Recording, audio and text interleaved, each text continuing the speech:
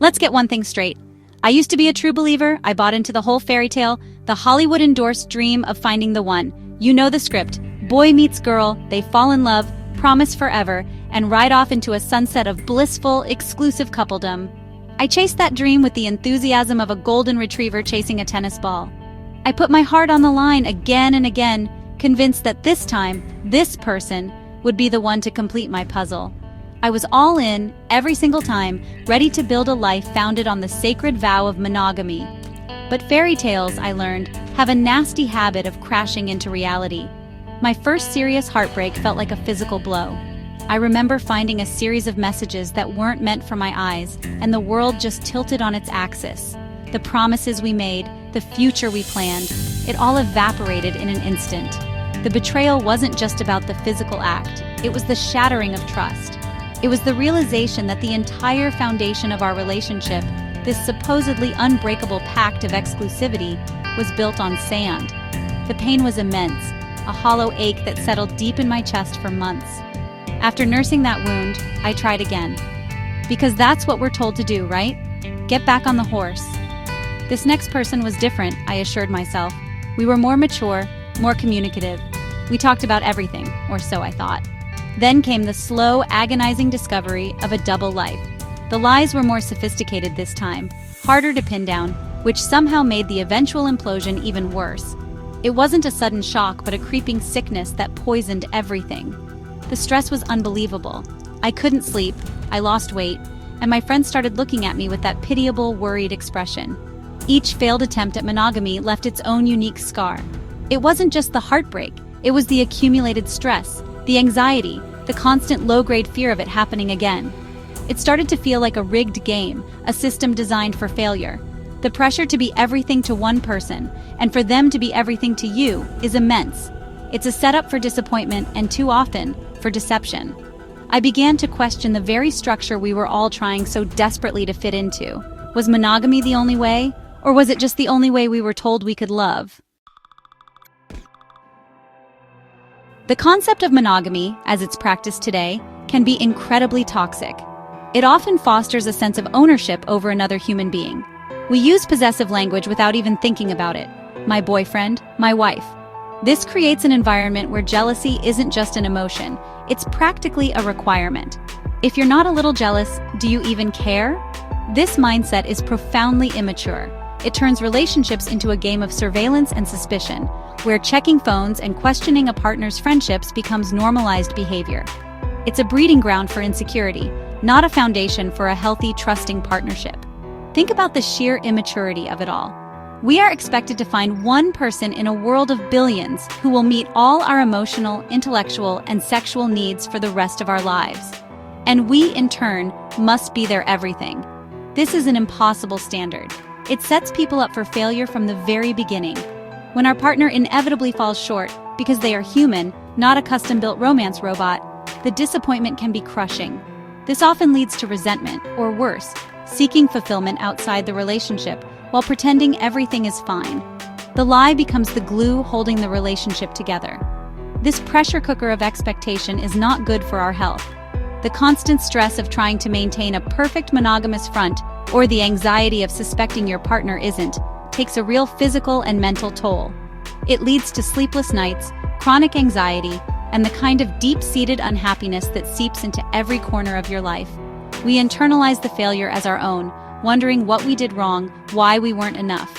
The truth is, the model itself is flawed. It asks too much of us and offers too little flexibility for the complex, changing reality of human desire and connection. Instead of encouraging open and honest communication about our needs, traditional monogamy often forces them underground. It promotes a culture of don't ask, don't tell. People end up cheating, lying, and causing immense pain, all because they feel they have no other option. They are terrified of admitting a desire for something or someone else, fearing it will detonate their entire life. This isn't a mature way to handle relationships. It's an adolescent fantasy that we, as adults, should have the courage to question, and if it's not working, to discard for something better. This is where I started to consider a different path. What if there was a way to love that didn't demand the impossible? What if, Instead of pretending our desires are simple and singular, we embraced their complexity. This is the promise of ethical polygamy or polyamory. It's not about cheating or sneaking around. It's the radical idea that you can be honest about your feelings and connections. It's a consensual framework where all parties involved agree to a relationship structure that may involve more than two people. It replaces secrecy and betrayal with open communication and negotiation. Imagine a relationship where you could say, "I love you, and I also have feelings for someone else," without it being a declaration of war. Imagine a partnership built on such profound trust that jealousy is managed through conversation, not suspicion. This is the goal of polygamy. It requires an incredible amount of maturity, self-awareness, and radical honesty. You have to talk about everything: boundaries, schedules, safe sex, feelings of jealousy, and how to support each other. It's a constant dialogue. It's work, yes, but it's the kind of work that builds real, resilient connections instead of a fragile fantasy. This approach redefines commitment. In monogamy, commitment is often equated with sexual and romantic exclusivity. In polygamy, commitment is about honesty, respect, and showing up for your partners. All of them. It's about promising to communicate and care for each other, even when things get complicated. This, to me, is a far more meaningful and adult form of commitment. It acknowledges that love isn't a finite resource. The love you feel for one person doesn't diminish the love you can feel for another, just as a parent's love for their first child doesn't shrink when they have a second.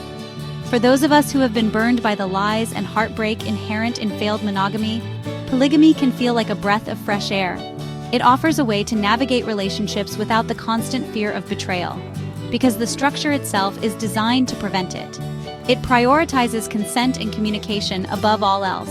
It allows for a more fluid and realistic approach to love and desire, recognizing that as we grow and change, our needs and connections may evolve as well. It's not a perfect system, but it's an honest one, and that honesty is a much healthier foundation to build a life on. Now let's talk about the law. Here in the Philippines, as in many parts of the world, the legal system is stuck in the past. It recognizes only one form of legitimate family unit, the monogamous marriage. This creates a host of problems for people in polygamous relationships. Matters of inheritance, healthcare decisions, child custody, and immigration are thrown into a legal gray area. People who have built lives and families together are denied the basic rights and protections that are automatically granted to monogamous married couples. This is fundamentally discriminatory. Legal recognition is not just about paperwork, it's about dignity. It's about the state acknowledging that families come in many forms and that love is not confined to pairs. Denying legal status to polygamous unions sends a message that these relationships are less valid, less worthy of respect. This societal judgment can be incredibly damaging, leading to discrimination in housing, employment, and community life. Why should the government have the right to dictate the shape of a consensual, loving family? It's time for our laws to catch up with the reality of human relationships. Some will argue that legalizing polygamy is a slippery slope, that it will destroy the sanctity of marriage. To that I say, what sanctity? The one that currently has a sky-high rate of annulment and is rife with infidelity? The institution of monogamous marriage is clearly not working for a significant number of people. Legalizing polygamy doesn't force anyone into it. It simply provides an option, a legal framework for those who have chosen a different path. It allows for the creation of stable, protected family units where all members, including children, have legal security. It's about freedom and choice. So let's start the conversation. Let's demand that our lawmakers in the Philippines take a serious look at marriage equality for all, not just for same-sex couples, but for multi-partner families as well. It's a call for a more inclusive, more honest, and more mature society. And hey, if we legalize it, think of the benefits. Group discounts on family-size meals would finally make sense. More people to help with chores. And you'd never have to argue over what to watch on TV again. There are enough people to watch 3 different shows in 3 different rooms. The future is plural, people. Let's make it legal.